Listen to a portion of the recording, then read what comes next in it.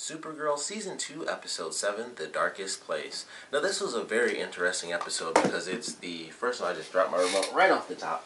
It's the first episode, or the last episode I should say, leading into our 4-part series crossover that's going to be coming up in 2 weeks.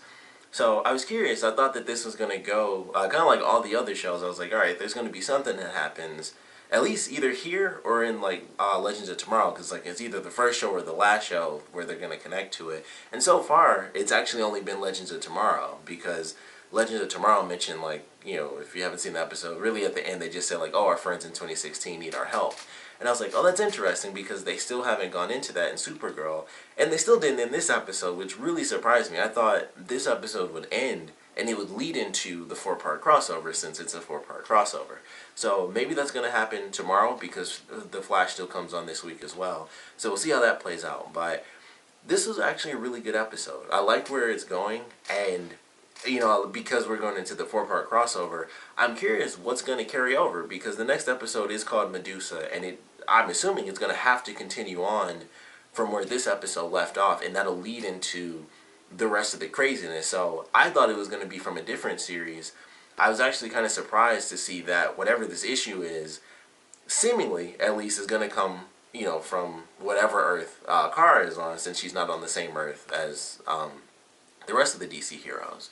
So I thought it was interesting, you know, going through some really big stuff in this episode. We have, of course, Mon-El being captured. We find out that the real Hank Henshaw was never actually dead. He was actually saved.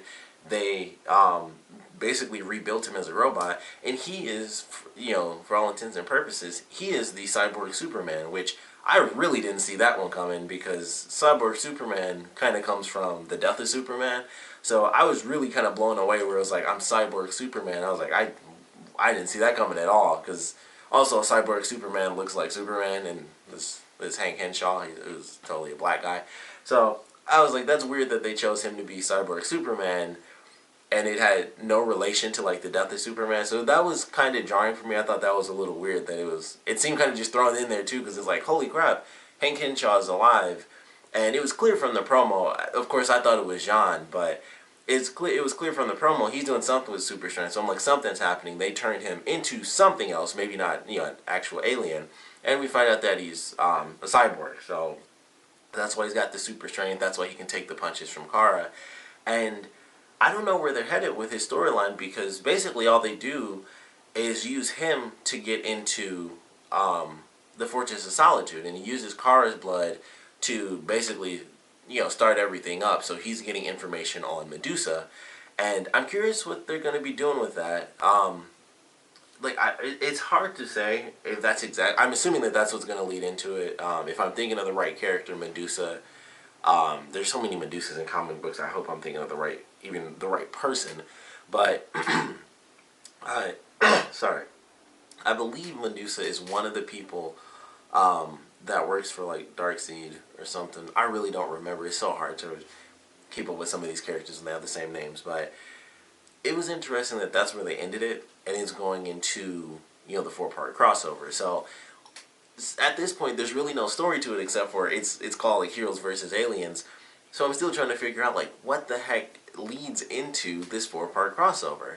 So I am excited to see if Cyborg Superman is going to be like at least partly, you know, one of the important villains for this 4-part crossover. Like maybe he's the one that brings in the aliens or something. That way we can get a lot of good screen time with this character.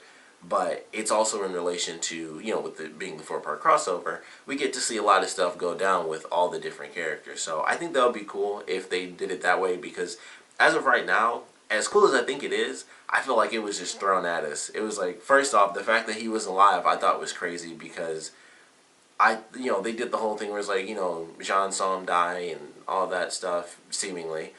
And, you know, he took his place and everything and kind of tried to change what, you know, the DEO did. And then boom, Hank Henshaw is alive. He's mad because it's like, when I did it, it was to exterminate aliens, and I found Cadmus, or really they found him.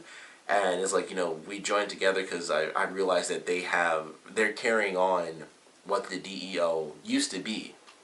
So it was just crazy. It was like, he's alive and he's, you know, cyborg Superman, and it was just like boom, that's it. We found him, you know, we saved him, and now he's Cyborg Superman. So it was really kind of just thrown in there, and I didn't feel like there was oddly enough, I didn't feel any weight for it whatsoever with his character. Like, I don't know, I guess because it was so jarring, the fact that Hank Henshaw is actually alive, it was just crazy to me that, I don't know, it took all this time for them to do something about it or utilize him in, like, any regard.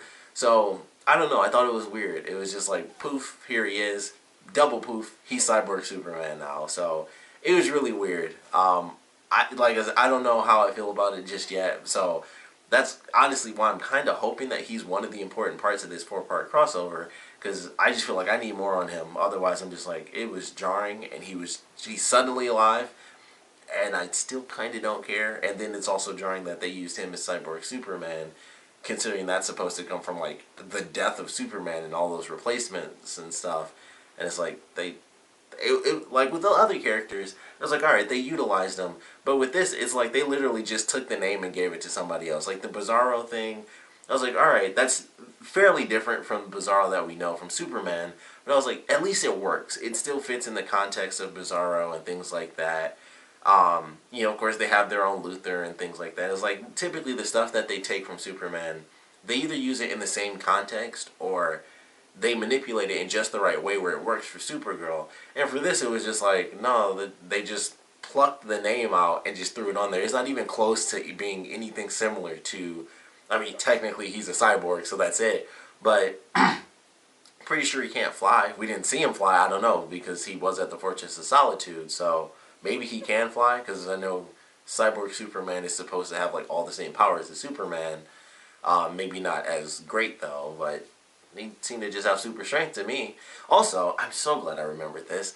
The place where they were fighting has been in, let's see, it's been in Arrow, Supergirl, and it was in Smallville years ago. Like that little place where it's like you see the stairs and it goes up to that window and the stairs kind of split both ways. They've been using that DC shows for seriously over a decade now. Like it shows up, and I can't remember what season it was in Arrow, but somebody pointed it out when I was watching that.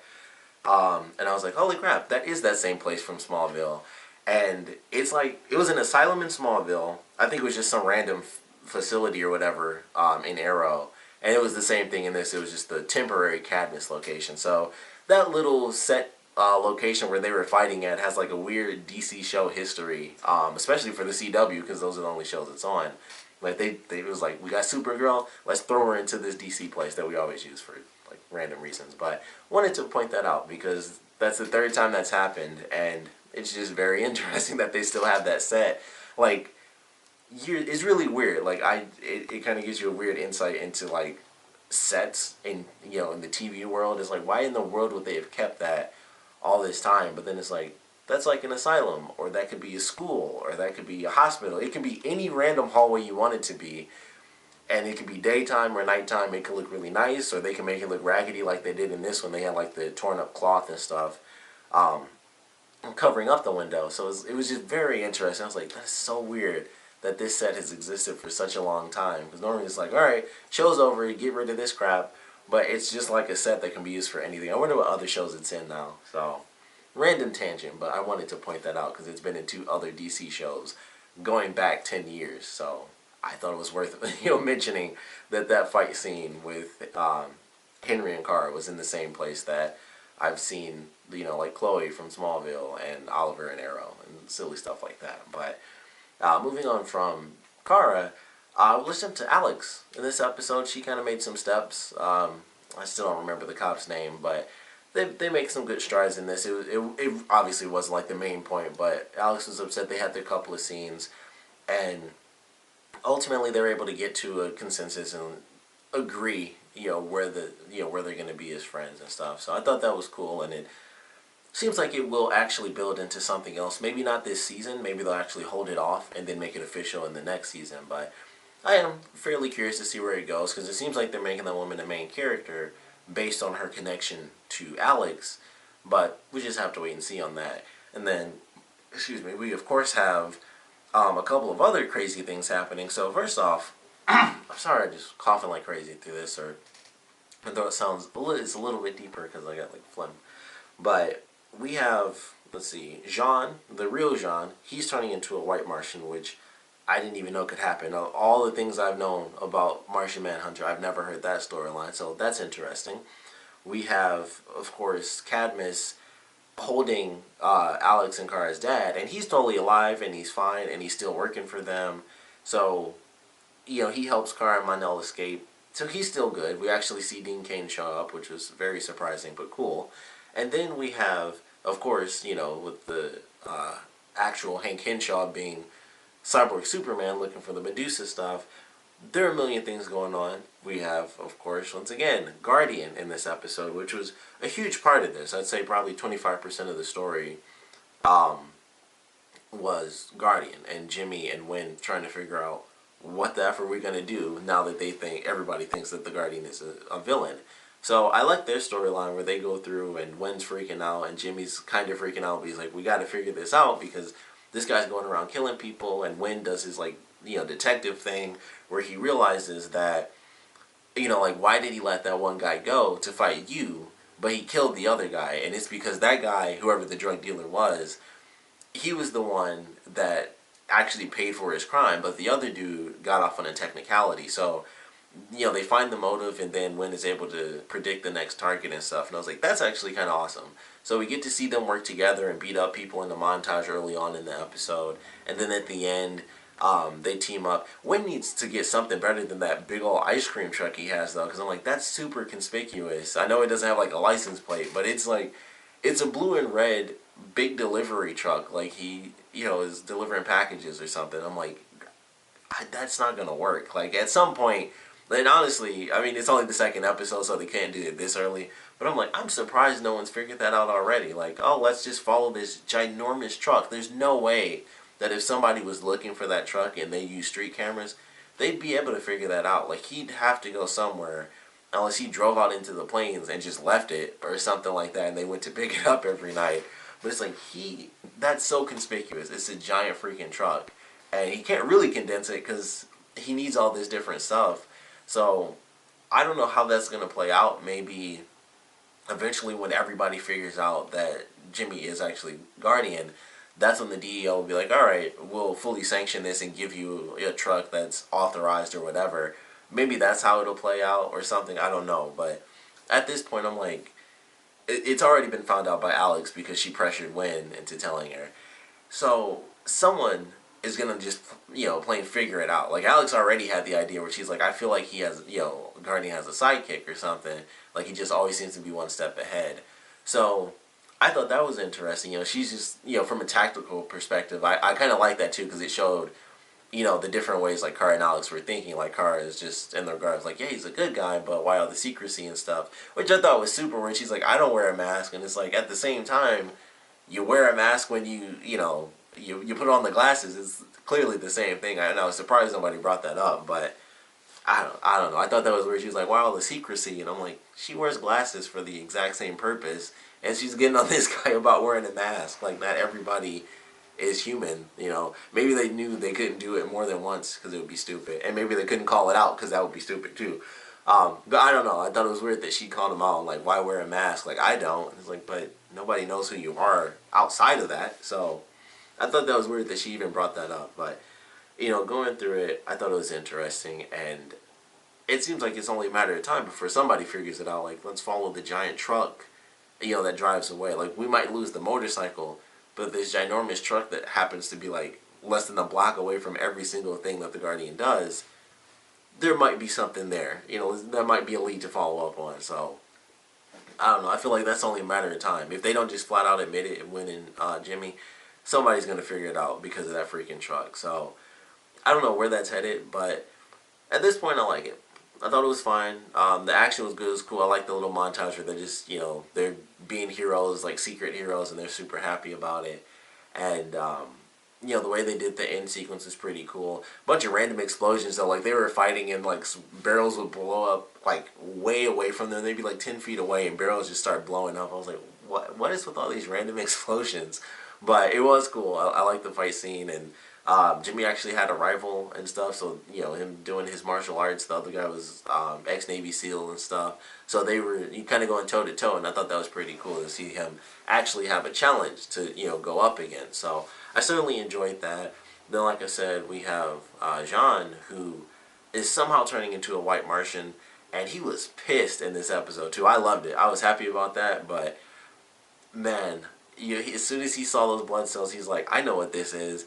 And then they just cut right to the scene where it's him and McGann, and that was it. He was just like, show your true form, and it was just fight on, and that was it. And he lost his freaking mind. But I love that. I thought it was great. Like, it started with the hallucinations, and that was simple enough, and then it just went crazy. And then we find out the truth. At the end, after he decides to lock McGann up, he's turning into a white Martian. I'm assuming they're gonna stop that, but maybe not. I mean, maybe he'll just have to deal with it and then kind of do what she does, where he just has to go back to his green Martian form.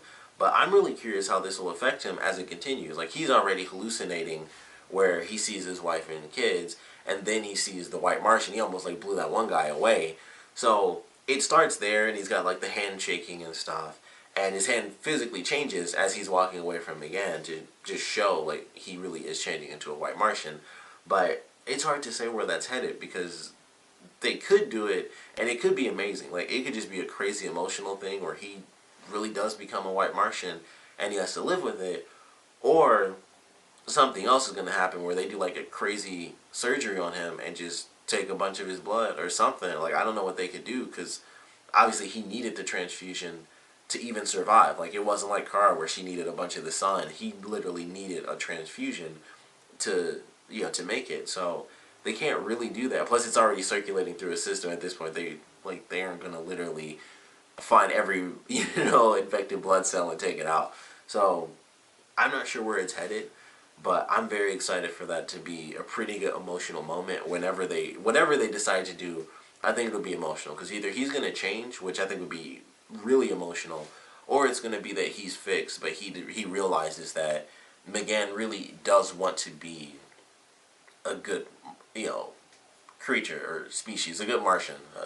I was stuck. Like, I'm like, I can't say human being, but she wants to be good, just in general. So I think it'll end in one of two ways. I'm assuming either way, actually, even if he does become a white Martian, he'll end up forgiving her and realize that she doesn't want to be, a crappy person, because she certainly didn't want to fight him. Like, he was choking the crap out of her, and she's like, kill me like this, because I don't want to die as a white Martian. I want to die as Megan. So I thought that was cool. I was like, all right, that was like her first step of like trying to show him, but of course he was in like rage mode. So naturally, that didn't mean anything to him. He was like, I'm just trying to kill you right now. So he ends up sparing her life in order to, as he put it, watch her, so she can live to rot in a cage. But I don't know where they're headed with it. I don't know if he's gonna really transform or what the case may be. But I am excited to see where they take it, because that was a bit of a shock to me. I really didn't think they were going anywhere with it. I figured somehow he would find out through the blood transfusion thing. I figured he'd find out. I didn't think it would be like this, though. I didn't think it would be, oh, he has hallucinations or something crazy like that. I thought it would be something like maybe he needed more blood or something like that, because, they're checking up on him. And I was thinking maybe he'd need more blood, but he wouldn't be, like, unconscious, like almost dead. He'd just be like, yeah, I just need like a transfusion or something. Or maybe they would just ask her in general, like, if anything crazy like this happens, could you do that? And it's like, ooh. And, she'd have to tell him why she doesn't want to do it.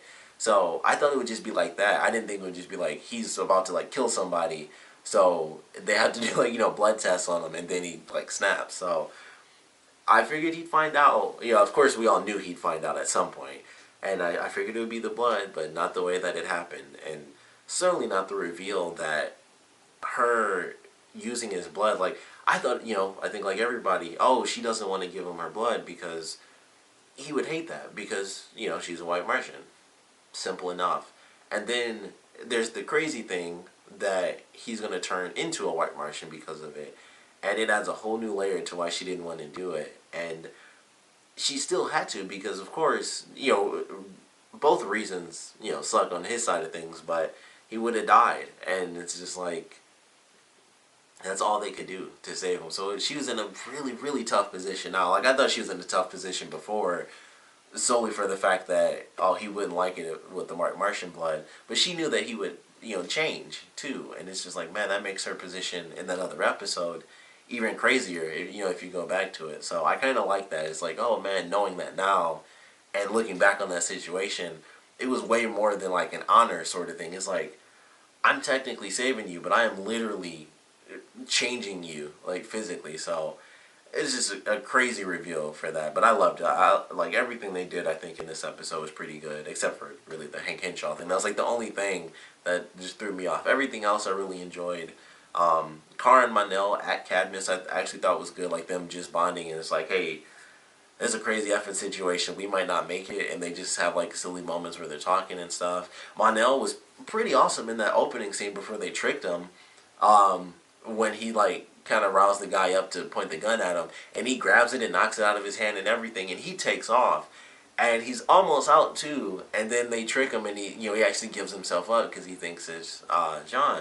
And I was like, that was actually really awesome. I was like, that was pretty cool. Like, he could have made it if it weren't for the fact that they had Hank Henshaw. So it was interesting. I was like, man, he seriously could have made it out, and like a big chunk of this episode wouldn't have happened, but they had that one little card that they could have played, and it worked, and he actually gave himself up because he's trying to be the better person now. And he gets shot in the leg because they use an actual lead bullet on him, so that was interesting too. Because at first I was like, oh, he can get shot, that's weird.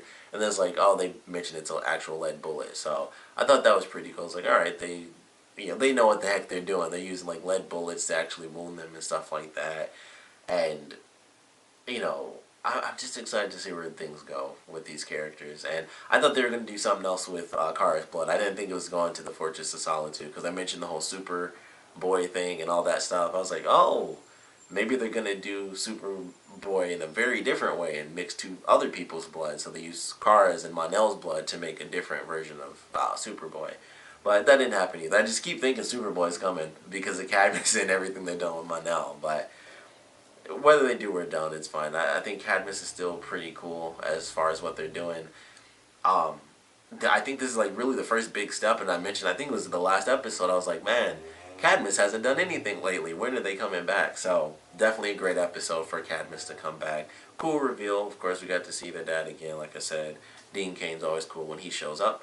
So I liked it. Definitely fun episode, of course. Definitely want to know what you guys thought about it. So please comment below. Let me know your favorite parts, your least favorite parts. And I want to know what you think is going to happen with Cyborg Superman. What do you think about Cyborg Superman and how they made this version of the character? I gave my opinions. Not too happy about it. It's way too big of a change compared to the other changes they've made for like typical Superman stuff. So I want to know what you guys think about that, and of course where his storyline's going, and what you think about the episode in general. So please comment below, let me know, and thanks for watching.